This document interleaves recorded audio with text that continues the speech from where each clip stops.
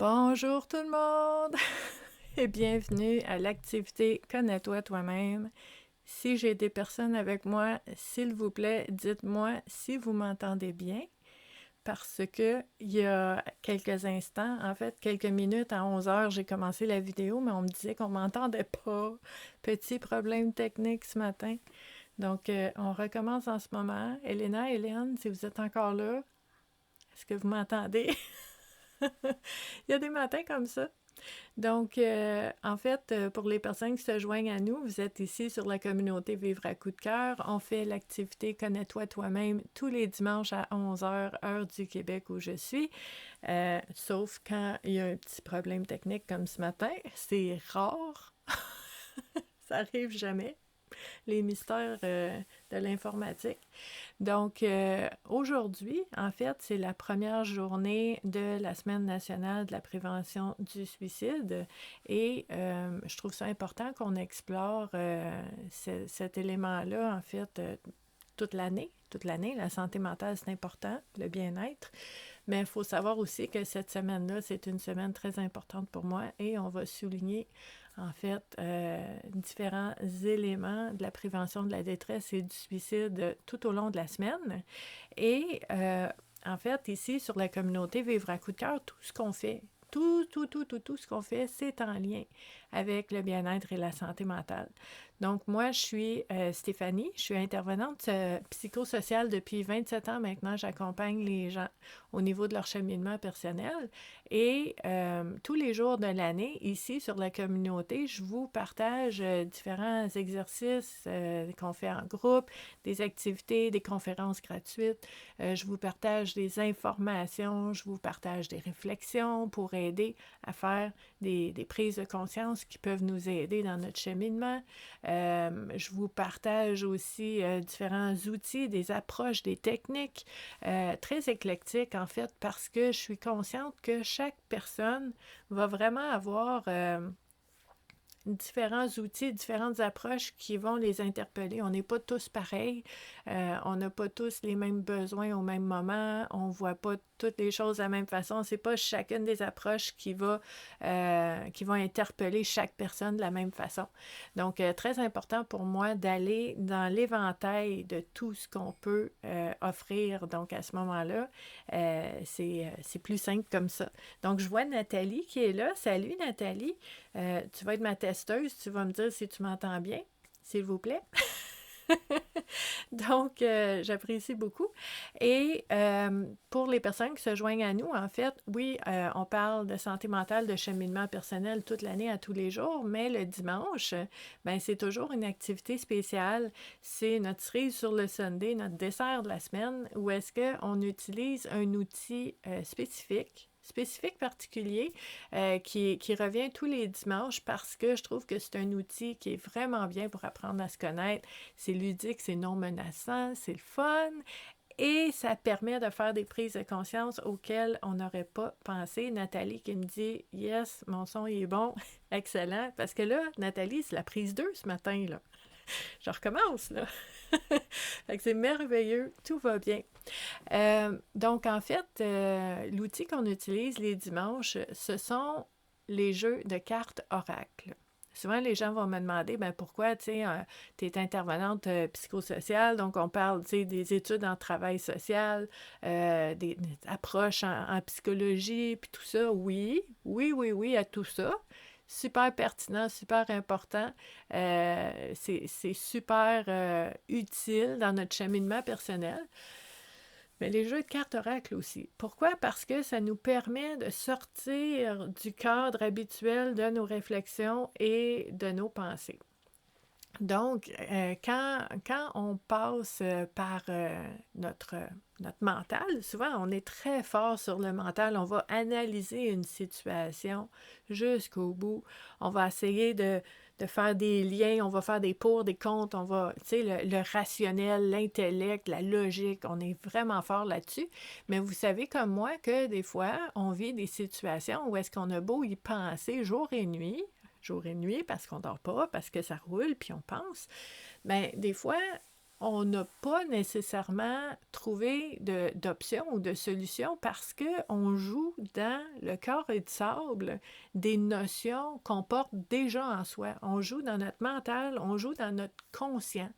Notre conscient sait ce qu'il sait, mais notre conscient ne sait pas ce qu'il ne sait pas. OK?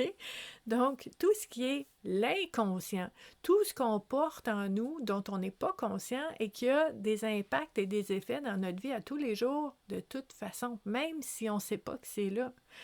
Et ça, c'est un des éléments. Mais l'autre élément, c'est qu'on porte aussi des réflexions, des liens dont on n'est pas conscient, puis qui pourraient nous amener à voir les choses autrement, qui pourraient nous amener à trouver des options et des solutions. Donc, comment on fait pour aller puiser dans l'inconscient? Pas facile. Pas facile, c'est tout un défi parce que, justement, on n'en est pas conscient. On ne peut pas avoir la volonté mentale d'aller explorer dans l'inconscient les choses qu'on ne sait pas qu'on porte en nous. Sauf qu'on peut utiliser des outils pour venir déclencher des prises de conscience. Donc, les informations dans notre inconscient vont émerger à notre conscience, puis on va faire comme « Oh, OK, là, je viens de voir quelque chose. Je viens de comprendre quelque chose que je ne savais pas. Donc, ça va changer ma façon d'être. Et là, ça peut changer ma vie. » Puis d'où l'importance de parler de ça, OK, à toutes les semaines. Mais là, aujourd'hui, c'est la première journée de la Semaine nationale de la prévention du suicide. Donc, comment je fais pour aller puiser en moi, tu sais, faire émerger des nouvelles prises de conscience qui peuvent m'aider à voir les choses autrement? Très intéressant. Puis, ce qui est intéressant aussi à explorer quand on parle de prévention de la détresse et du suicide, parce que, tu sais, ça n'arrive pas du jour au lendemain, là, la détresse, c'est quelque chose qui va prendre du temps, qui va monter avec de l'accumulation, qui va monter avec la répétition de situations, mais ça n'arrive pas du jour au lendemain. Donc, si on peut arriver à prévenir la détresse en amont, avant d'arriver aux idées noires, bien, c'est là qu'on peut s'aider aussi. Puis on peut s'aider, mais on peut s'entraider aussi. Et pour faire ça, un des éléments qui est super important, c'est de ne pas s'isoler. Donc, c'est important de ne pas être seul, de ne pas se sentir seul. Donc, à ce moment-là, à qui je peux parler? Puis là, bien, on veut choisir à qui on va parler parce que c'est pas tout le monde qui est capable d'accueillir nos états d'âme, c'est pas tout le monde qui est capable de recevoir et d'entendre ce qu'on vit. Donc, on veut choisir aussi à qui on va parler. Donc, ça, c'est important. Et on parle ici de lien, on parle de relation, on parle de communication. Et quand on parle de tout ça, moi, quand je fais un lien avec tout ça, avec la psychologie et les jeux de cartes oracles, parce qu'on est le dimanche, ben j'ai un auteur parfait pour ça, moi. C'est pas tout le monde qui sait que cet auteur-là, très, très, très connu, qui s'appelle Jacques Salomé, a créé un jeu de cartes. Le saviez-vous?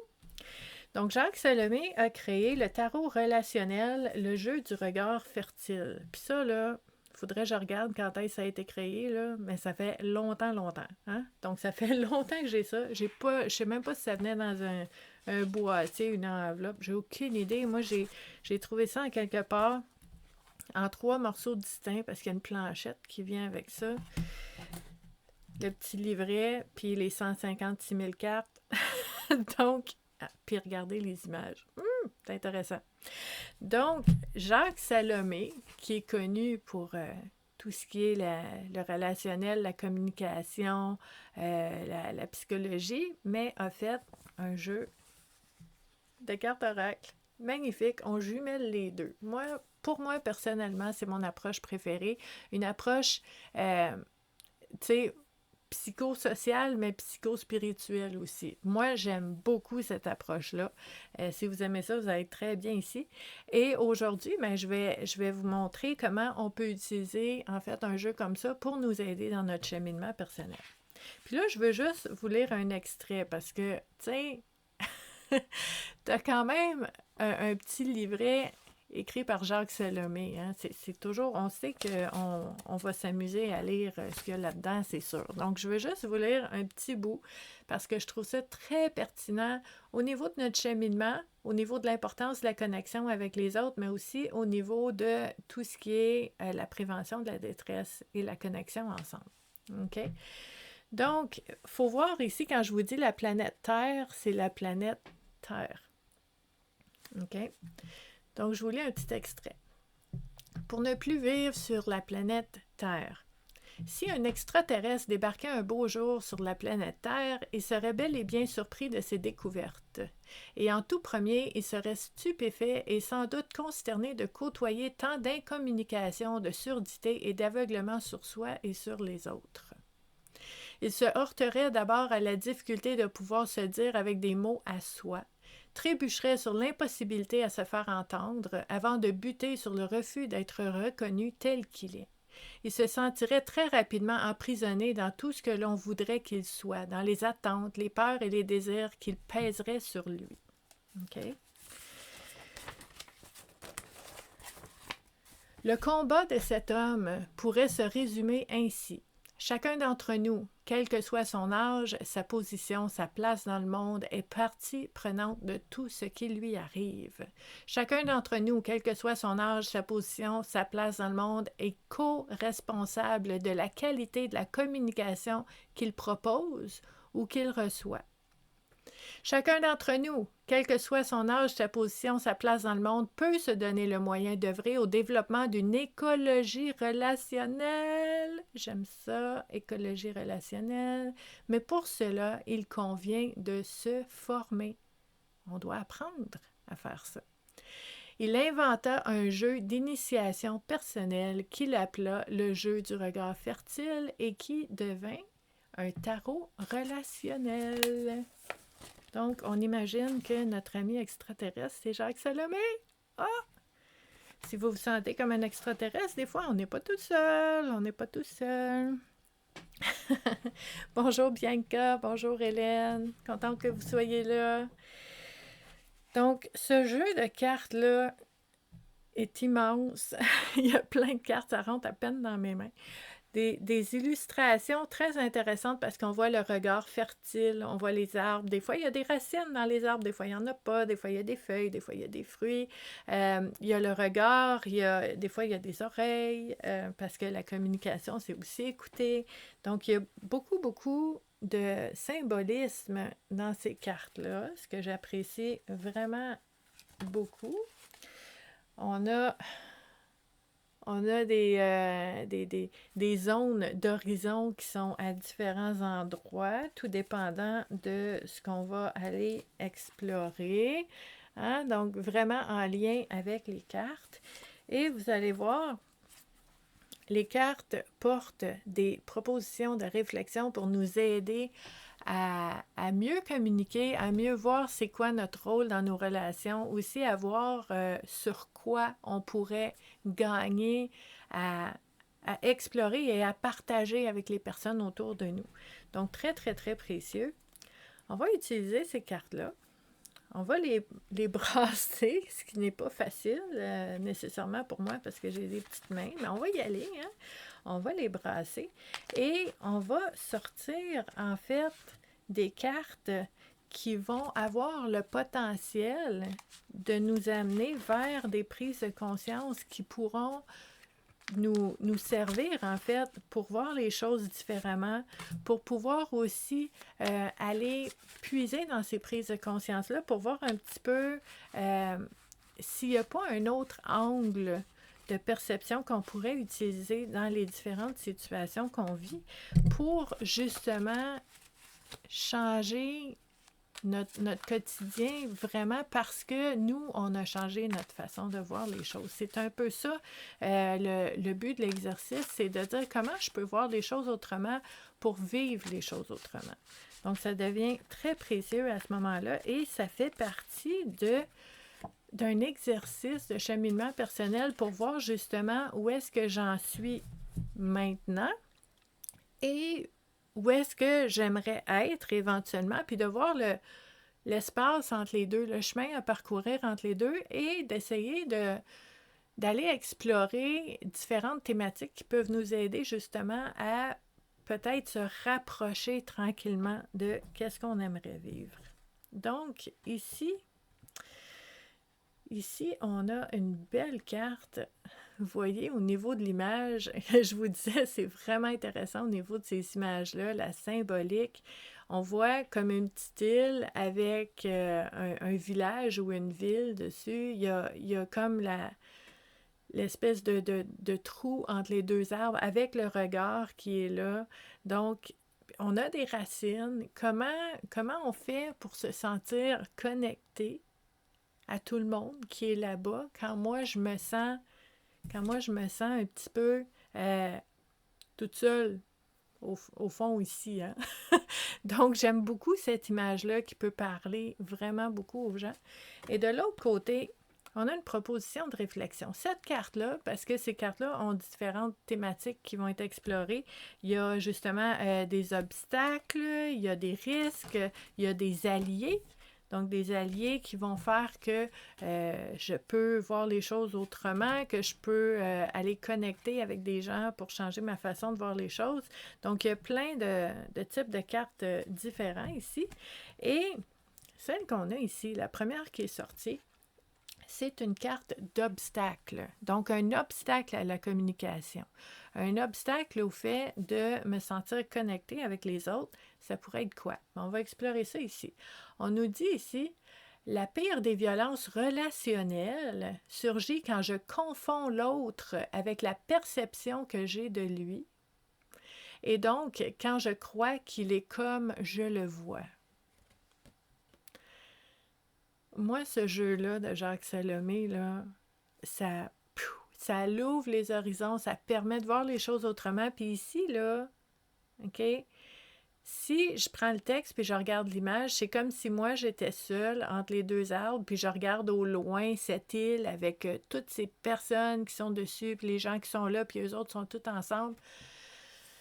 Mais vous savez, hein, qu'une personne peut être entourée de plein de personnes et se sentir très seule aussi. Donc, on ne peut pas deviner ce que les gens vivent. Comment on fait pour savoir ce que les gens vivent? C'est intéressant de leur demander, d'ouvrir une porte. De créer un espace où est-ce que la personne peut nous dire comment elle vit son quotidien à ce moment-là, comment elle se sent dans cette période-là, qu'elle puisse nous le dire pour que on ne soit pas en train d'utiliser des suppositions pour dire, ben moi, de ce que je peux voir de l'extérieur, cette personne-là me paraît comme ça. Cette personne-là me paraît se sentir de telle façon. Puis c'est des suppositions. On ne sait pas. Puis à ce moment-là, ces suppositions-là peuvent nous empêcher d'entrer en lien avec des gens. De dire, bon, ben, je ne la dérangerai pas avec mes affaires. Alors que c'est important qu'on reste en contact, en communication. Donc, je vois ici, en fait, Bianca qui dit « creuser au fond de soi pour impacter notre perception ». C'est ce que l'image lui évoque ici. Donc, creuser au fond de soi pour impacter notre perception. Puis, c'est tellement bien dit, là. C'est une belle façon d'interpréter l'image. Puis, quand on regarde avec le texte, ben c'est quand je crois que l'autre est exactement comme moi, je me l'imagine être. Quand tu regardes la vie de quelqu'un, puis tu la regardes de l'extérieur, ça peut être quelqu'un de ta famille, ça peut être un ami, ça peut être ton conjoint, ça peut être quelqu'un que tu regardes sur les réseaux sociaux, puis là, ben, tu te fais une image de cette personne-là, puis tu dis, ah, cette personne-là, elle est comme ci, elle est comme ça, probablement qu'elle se sent comme ça, probablement qu'elle a une vie qui ressemble à telle chose, mais tu sais pas, puis moi non plus, je ne sais pas. On ne sait pas ce que les gens portent au fond d'eux-mêmes aussi.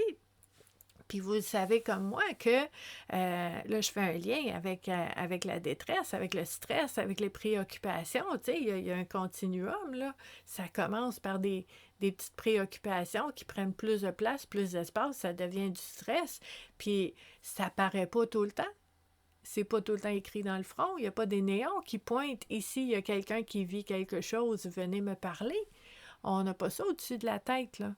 Donc, le danger, c'est d'imaginer qu'on connaît les gens parce qu'on a une perception de ces gens-là.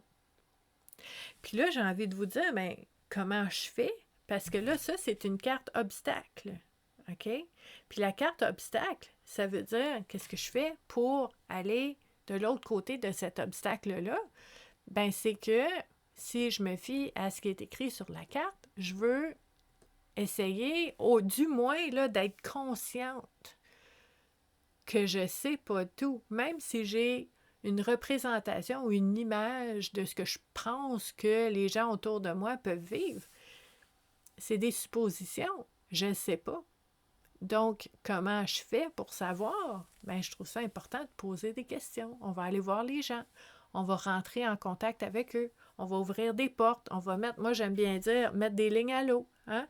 Je t'offre l'espace sécuritaire, le temps, mon énergie pour répondre à cette question de comment ça se passe pour toi ces temps-ci. Puis j'offre cet espace pour que la personne puisse me dire comment elle se sent. À ce moment-là, c'est pas moi qui a une image ou qui imagine des choses. Je vais chercher l'information. Puis la même chose, si tu es inquiet pour une personne, posez la question. Si vous voyez quelque chose, dites quelque chose. Posez la question, ouvrez une porte. Puis j'ai envie de vous dire que ça arrive quand même que tu ouvres une porte puis que la personne, non, elle n'en parle pas. Puis que la personne a dit, ça va, mais toi, bon, on va la respecter, on va l'écouter, mais ça ne veut pas dire qu'on ne peut pas ouvrir des portes de temps en temps. Ça ne veut pas dire que on va dire, bon, ben, coudonc, c'est correct, puis je vais oublier tout ça, je peux rester présente. Et bien, il y a un gars qui dit être disponible, être présent. Juste le fait d'être là.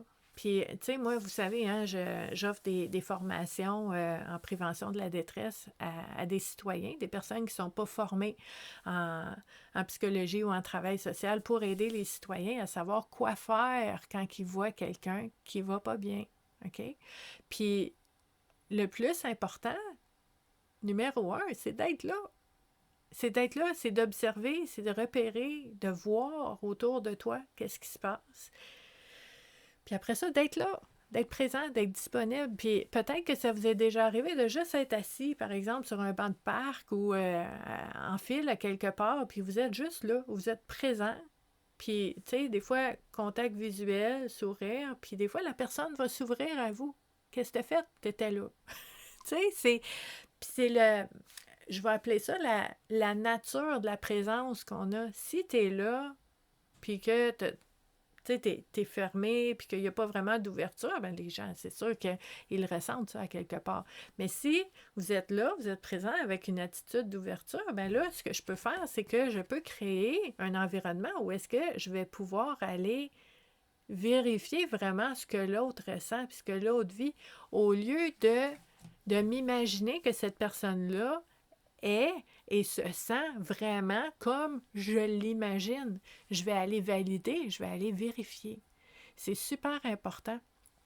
Donc, à ce moment-là, puis je vois aussi Bianca qui nous dit communication et écoute, c'est important. Hélène qui dit écoute et empathie. Écoute, reviens dans les commentaires, puis je suis vraiment heureuse parce que, tu sais, c'est pas facile de parler de ce qu'on vit, mais ça aide quand on a quelqu'un devant nous qui est capable d'écouter pour vrai. Puis écouter, ça ne veut pas dire de donner plein de trucs, puis des solutions, puis des outils, puis de régler quelque chose. Ça, c'est pas écouter. Écouter, c'est écouter. Écouter, c'est j'écoute. OK? Puis ça fait partie de cette première étape de connexion avec les gens où est-ce qu'on peut dire, ben je suis pas toute seule. C'est pas vrai que je suis toute seule. Je peux connecter avec les gens, et c'est pas tout le monde, mais il y en a qui sont capables d'écouter. Puis on l'a lu tantôt, hein? On l'a-tu lu ou c'était dans mon premier jet, ça? Non, on l'a lu tantôt, hein? Je vous l'ai lu, l'extraterrestre. On sait que c'est pas tout le monde qui est capable d'écouter, mais il y en a d'autres comme nous qui sont capables d'écouter. Donc, à ce moment-là, puis ce qui est intéressant aussi dans le texte que je vous ai lu, c'est que ça s'apprend. Ça s'apprend, je vous l'ai dit tantôt, moi je donne des formations là-dessus presque toutes les semaines à des gens qui veulent apprendre comment écouter, mais aussi comment s'affirmer, comment parler de façon consciente, de façon saine, de façon bienveillante et claire. Les deux. Il faut être très, très clair, mais toujours dans le respect, la bienveillance. Ça se fait. C'est un équilibre. On se pratique, mais ça se fait. Et à ce moment-là, ce que ça fait, c'est que l'obstacle qui est de prendre pour la réalité ce que je me fais comme image d'une personne ou de sa vie, bien, ça crée encore plus de proximité réelle avec les gens. Puis c'est de ça qu'on a besoin quand ça va moins bien, c'est de se sentir connecté réellement. Puis pourquoi la communication est importante là-dedans? C'est parce que souvent, quand on se sent seul, on va commencer à ruminer, puis on peut se poser des questions, puis dire, ouais, mais si les gens savaient vraiment comment je me sens, puis qu'est-ce que je pense, est-ce qu'ils seraient encore là? Puis là, ça crée du doute, puis ça crée encore plus d'isolement. Donc, si vous ouvrez des portes, puis que si vous n'allez pas bien, puis vous voyez une porte ouverte, puis vous y allez, puis vous dites, ben moi, elle me pose la question, je vais lui dire comment je me sens. Puis imaginez que la personne est accueillante de ça, qu'elle est capable d'entendre ça, qu'elle est capable de le recevoir, puis qu'elle s'en va pas. Là, la personne va dire, wow, OK, cette personne-là, c'est vraiment ce que je pense, là. Je me cache pas en ce moment, il n'y a pas de masque. Je lui ai dit tout ce que je pense, tout ce que je ressens, puis elle est encore là. Imaginez comment ça fait du bien, ça. Puis là, il y a des gens qui vont dire, oui, mais c'est pas tout le monde qui sait écouter, c'est pas tout le monde qui est capable d'accueillir ça. Vous avez raison. Puis il y a même des gens qui m'ont déjà dit, moi, là, j'ai regardé, là, comme il faut, là, j'ai personne dans mon entourage qui est capable de faire ça. Tout le monde me dit quoi faire. Tout le monde me donne des solutions. Tout le monde, il y a des gens qui me jugent. Tout le monde, tu sais, j'en ai pas de ça dans ma vie. Ça se peut. Mais savez-vous ce qui est merveilleux? Il y a des intervenants, il y a des psychologues, il y a des travailleurs sociaux, il y a des thérapeutes en relation d'aide, plein de monde qui ont des formations puis qui ont de l'expérience pour être capables de vous écouter. Puis il y en a plein là-dedans qui le font gratuitement. Il y a des lignes d'écoute, des bénévoles qui sont formés. Tu sais, je vous ai dit, je forme des citoyens, mais je forme aussi des bénévoles dans les organismes communautaires pour savoir comment écouter. Les possibilités sont là. Il ne faut juste pas oublier que on n'est pas seul, on a accès à tout ça, on a accès à ces gens-là. Il faut juste ouvrir la porte. Puis quand vous voyez une porte ouverte, de choisir d'aller explorer qu'est-ce qu'il y a là. C'est super important. Donc ça, c'est quelque chose qui peut aider parce que ça va nous aider à rester connectés. C'est super important quand on parle de bien-être, de santé mentale. OK. Ici, OK, on a une autre carte qui est sortie. Oh, Bianca, qu'est-ce que tu penses de ça? Un petit point rouge, un petit point jaune, excuse-moi. Petit point jaune qui pointe par en haut avec une autre flèche. Parce que le symbolisme est très important. Hein, en tout cas, moi, je trouve ça important quand on explore l'inconscient. C'est beaucoup des symboles. Donc, on a un œil très, très, très fertile. Hein, des fleurs, des feuilles, des racines. C'est magnifique. On a des flèches qui montent, qui descendent. Un petit soleil, peut-être. On va voir de quoi ça parle, en fait, cette carte-là. Cette carte-là, la première, c'est une carte d'obstacle. Celle-là, c'est une carte de risque. OK? On va regarder ce que ça nous dit ensemble ici. Donc, au niveau des risques, au niveau de la communication et de la connexion avec les autres, suis-je capable de proposer 3 règles d'hygiène relationnelle susceptibles de remplacer ces 3 conduites anti-communicationnelles? Oh, oh! Hey, Jacques Salomé nous fait travailler, là. On a un exercice ici. Donc, Jacques Salomé nous propose 3 conduites anti-communicationnelles, puis il nous demande de les remplacer par 3 conduites qui seraient plus au niveau de l'hygiène relationnelle saine. Donc, qu'est-ce qu'il nous propose comme conduite anticommunicationnelle? Rendre l'autre responsable de ce qui m'arrive. Deuxième, attribuer à l'autre l'origine de ma souffrance. Elle est confrontante, là, cette carte-là. Là. OK. Troisième, nier, minimiser ou disqualifier sans appel ce que l'autre personne ressent. Hey, c'est... ouais. Quelque chose à explorer, ça. Donc, si on dit, par exemple, puis là, peut-être que vous allez vouloir prendre papier et crayon pour faire cet exercice-là, qui est quand même assez complet. Puis vous voyez, hein, moi, je tire des cartes, on prend ce qui sort, puis ça donne ce que ça donne. On a un bel exercice. Donc, au lieu de rendre l'autre personne responsable de ce qui m'arrive, et au lieu d'attribuer à l'autre personne l'origine de ma souffrance, comment je pourrais voir les choses autrement? Pour améliorer la communication avec l'autre et favoriser la connexion avec les personnes autour de moi. Cette carte-là nous parle, il y a des mots-clés dans cette carte-là, elle nous parle de responsabilité. Responsabilité, on parle de blâme aussi dans cette carte-là, donc ça me fait penser à la culpabilité et ça me fait penser à c'est de ta faute, tu sais. Puis souvent, quand il y a une émotion qui monte, puis quand il y a une émotion qui est très présente, puis des fois une émotion qui peut être entretenue pendant 22 ans de temps par les pensées qu'on peut avoir, par les situations qu'on peut vivre qui viennent renforcer, en fait, la teneur de cette émotion-là qui devient un jour cristallisée, dure comme de la roche, puis qui devient lourde et qui devient difficile à aller remettre en question. Parce que des fois, ça fait longtemps qu'on est certain qu'on sait c'est la faute à qui, puis pourquoi c'est arrivé, puis qu'il y a une émotion rattachée à ça. Puis là, je vous parle de ça, je sais que c'est pas facile là, pour certaines personnes.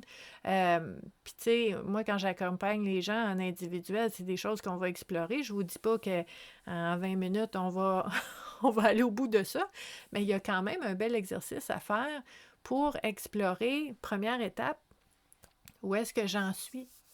Où est-ce que j'en suis sur le continuum de c'est la faute à l'autre ou c'est ma faute à moi? Donc, le blâme ou l'autoculpabilité. Puis, je vous dirais que souvent, quand on regarde la situation autrement, ben c'est pas dans un extrême ou l'autre. C'est, tu sais, il y a des choix, il y a des décisions, il y a des choses qui ont amené.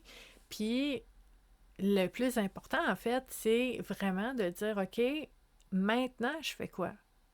Donc, cette réflexion-là peut vraiment aider à aller au moins revisiter l'émotion qui est comme dure puis qui bouge pas vraiment, là, mais aller au moins la revisiter pour voir si peut-être on peut changer un petit peu notre façon de voir les choses. Pourquoi, en fait? Pour alléger un petit peu, pour que ce soit moins lourd, pour qu'on soit un petit peu plus libre. C'est ça l'objectif, là. Puis quand nous, c'est moins lourd, puis que c'est plus libre en soi, ben c'est plus facile de connecter avec d'autres personnes, de faire confiance, de prendre le risque aussi de connecter avec d'autres personnes, parce quand on ne connaît pas les gens, on ne sait pas là, à qui on a affaire, mais de se faire confiance que je vais apprendre à connaître la personne, puis je saurai réagir, même si par le passé, peut-être que ça a été difficile, ben cette confiance-là de dire j'ai cette façon d'être ouverte, mais de ne pas accepter n'importe quoi, n'importe comment, n'importe qui dans ma vie, ben c'est un équilibre qui est intéressant ici. Bianca qui dit identifier nos besoins, se remettre en question, baisser la garde de protection qui conduit au blâme et se responsabiliser pour pouvoir avancer. C'est pas facile, hein, Bianca? Tiens, puis c'est beau ce que tu as vu, mais c'est pas parce qu'on a vu quelque chose que c'est nécessairement facile à faire. Sauf que, comme je vous disais au début, juste la prise de conscience d'avoir vu ça, c'est déjà un immense pas. Puis on dit, tu sais, ça se peut là que vous dites, OK, ça fait du sens, j'ai l'impression d'avoir découvert quelque chose en moi, mais qu'est-ce que je fais avec ça? Je ne sais pas comment faire. Ben, c'est correct. On n'est pas obligé de tout faire tout de suite, là. C'est un pas à la fois, un cheminement, là. Donc là, j'ai vu quelque chose, mais comment je peux faire pour... Puis là, on ne parle pas de blâme puis de culpabilité, là. C'est pas c'est la faute à qui. C'est, il y a des choses qui sont arrivées. Moi, je reprends mon pouvoir maintenant. J'ai eu un grand sentiment d'impuissance à un moment. Il y a des choses qui sont arrivées. Et maintenant, qu'est-ce que je peux faire pour reprendre mon pouvoir puis dire, OK, qu'est-ce que je peux faire maintenant avec ça? Quelles sont les décisions, les choix que je peux faire? Comment je peux voir les choses autrement pour qu'à l'avenir, je puisse prévenir si je suis capable? Tu sais, de faire ce que je peux pour essayer de prendre soin de moi, de ma vie, de ma santé. Puis à ce moment-là, oui, puis Bianca qui dit c'est nos peurs puis nos blessures qui vont nous amener à une autoprotection qui est vraiment... Tu sais, c'est correct de se protéger, mais à un moment donné, il faut baisser les armes. Imagine, vous savez, hein, j'aime beaucoup le symbolisme. Imagine là que dans tes mains puis dans tes bras, tu as des boucliers, tu as des épées, tu as tout ce qu'il faut pour te protéger, mais comment tu vas faire un câlin à quelqu'un?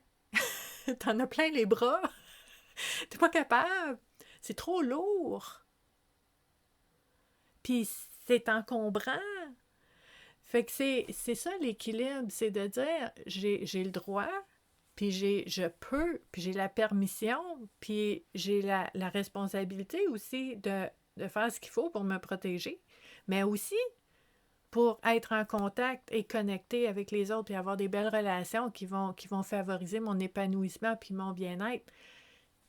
Comment je fais les deux? Ben peut-être qu'il y a 2, 3 armes qu'il faut laisser par terre, puis s'alléger un petit peu. Puis quand je vous dis 2, 3, là, quand on a 47, là, ben, t'en laisses 2, 3, c'est déjà ça de fait. C'est déjà ça de plus léger un peu, puis on chemine, puis on teste, puis on voit si ça va bien, puis là on dit, ouais, OK, j'ai laissé 2, 3 armes de côté, là, peut-être je peux en laisser 2, 3 autres. On va tester. Puis c'est ça le cheminement personnel. On teste. Puis j'ai tendance, je vais faire sourire les personnes que j'accompagne en individuel, mais j'ai tendance à vous dire souvent que les soit les défis ou les épreuves ou les relations, même les belles relations, les situations que vous allez vivre, vos relations et votre vie sont votre plus grand laboratoire pour pratiquer tout ça. Tout ce que vous allez apprendre, tout ce que vous allez voir popper comme prise de conscience, la meilleure place pour tester, puis essayer des choses, puis vous pratiquer à avoir des nouvelles façons de communiquer, nouvelles façons de parler, ou quelqu'un qui va dire « moi j'apprends à mettre mes limites ».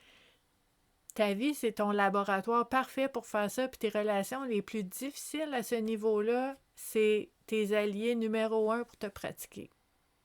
Tout est déjà là.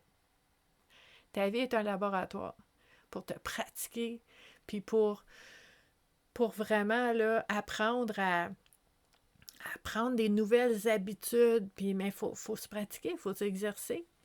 Puis notre vie est parfaite pour ça. OK? Donc ici, là, on a exploré 2 éléments. L'autre ici, pour ne pas nier, minimiser ou disqualifier sans appel ce que l'autre ressent, j'ai envie de vous dire qu'une des meilleures façons de faire ça, c'est de se rappeler quand nous-mêmes, on a vécu des émotions.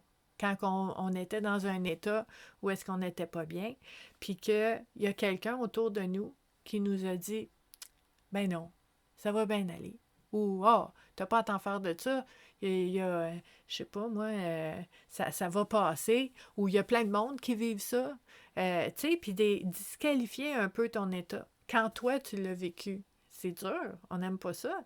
Mais là, l'empathie va faire en sorte que quand j'écoute quelqu'un qui souffre pour une situation que moi, je comprends pas, peut-être. Tu sais, peut-être que vous souffriez pas pour ça, là. Vous dites, ben là, elle souffre pour ça. Mais l'empathie va dire, elle souffre pour ça. C'est souffrant pour cette personne-là de vivre ça.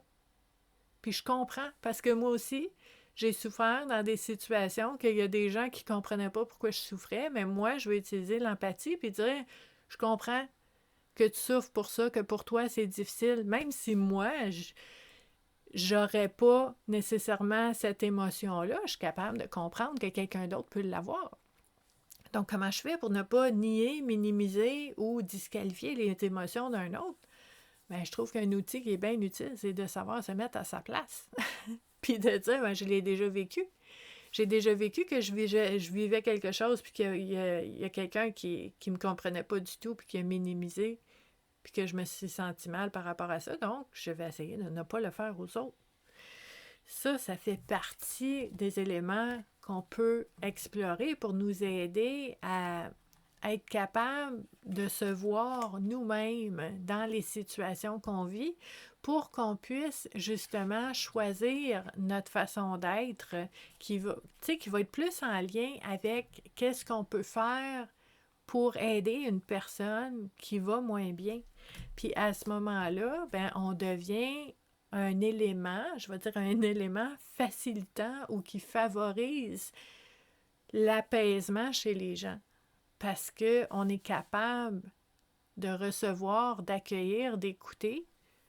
Puis tu sais, je le dis souvent dans mes formations, tu n'es pas obligé de comprendre profondément, tu n'es pas obligé d'avoir la même émotion pour comprendre qu'une personne vit cette émotion-là. D'où l'importance d'apprendre à écouter. Je reviens à ça. Donc, ici, au niveau des alliés, OK? Au niveau des alliés, qu'est-ce qui nous aide? Oh! OK? On a une personne ici. On a aussi un œil, on a un point d'exclamation. Donc, dans la carte des alliés, on a une belle proposition de réflexion ici qu'on va regarder ensemble.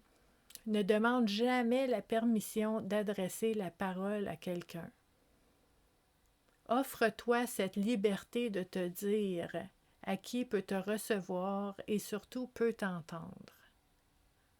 OK, elle tombe bien cette carte-là en fait, parce que tantôt je vous disais, c'est important d'ouvrir des portes, c'est important de vérifier, de valider comment vont les personnes autour de vous, tu sais, puis de créer ces espaces sécuritaires-là, climat sain, pour que les personnes qui ont besoin, s'ils le choisissent, peuvent venir vous parler, parce qu'ils savent que la porte est ouverte.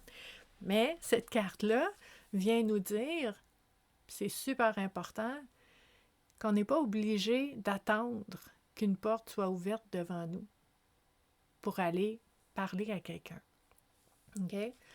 Donc, si, par exemple, pour différentes raisons, ça ne va pas bien, puis que vous regardez autour de vous, puis que vous dites, ben moi, je pense que cette personne-là, de ce que je connais d'elle, je pense qu'elle serait apte à m'écouter, je pense qu'elle serait capable de recevoir, d'accueillir ce que j'ai à dire, mais elle ne m'a pas ouvert de porte particulièrement pour ça.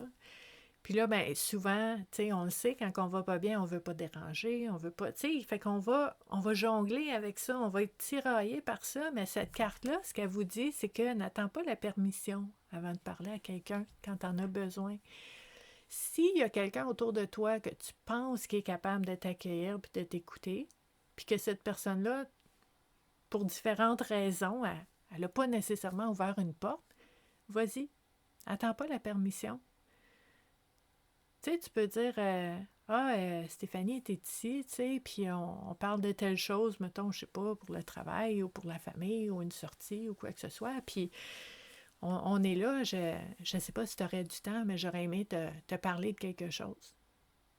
Puis là, peut-être que la personne va faire comme ah, ben oui, absolument.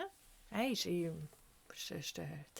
pas ouvert, mais absolument, ben oui, on va s'asseoir, on va jaser. Puis là, tu peux ouvrir toi-même la porte pour parler à une personne. Puis là, vraiment, cette carte-là nous le dit, par exemple, tu vas choisir, offre-toi la liberté de te dire à qui peut te recevoir et surtout t'entendre.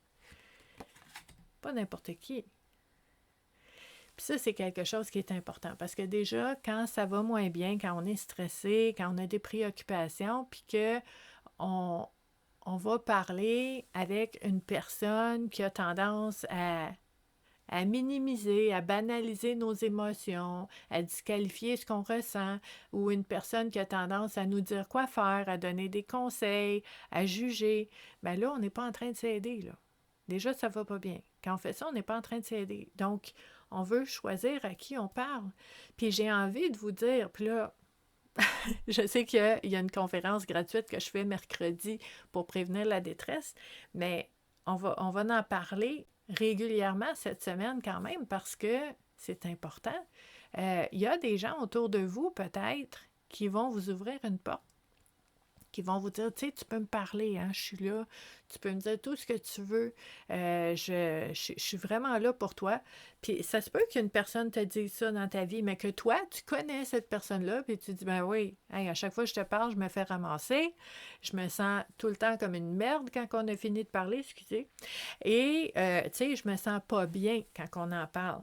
Fait que peut-être que pour toi, cette personne-là, c'est une personne pour aller magasiner, pour aller marcher, pour aller faire une sauce à spag ensemble, mais qu'on ne parle pas de choses profondes ensemble parce que vous avez mis cette limite-là.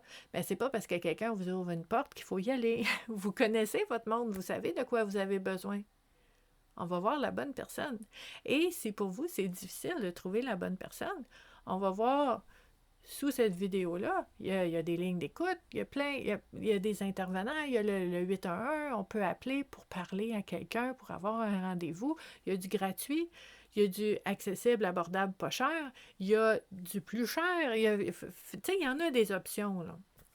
Puis à ce moment-là, ce qu'on fait, c'est qu'on essaie de rester en connexion avec la vie, avec les gens autour de nous, et on essaie aussi de trouver des façons de pouvoir se dire, communiquer, qui vont nous faire du bien et pas nous rajouter de la pression puis de la lourdeur.